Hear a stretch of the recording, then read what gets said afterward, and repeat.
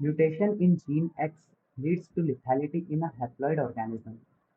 Which one of the following is best suited to analyze the function of gene X?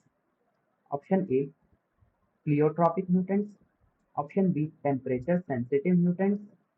Option C, recessive mutants. Or option D, mutants with low penetrance.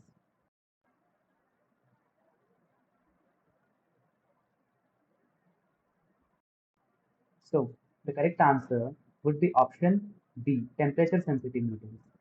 So, temperature sensitive mutants, these mutants allow researchers to study gene function at permissive temperature where the organism can survive, and at non-permissive temperatures where the mutation expresses its lethal phenotype. Now, this approach can help elucidate the function of the gene without causing lethality in the haploid organism.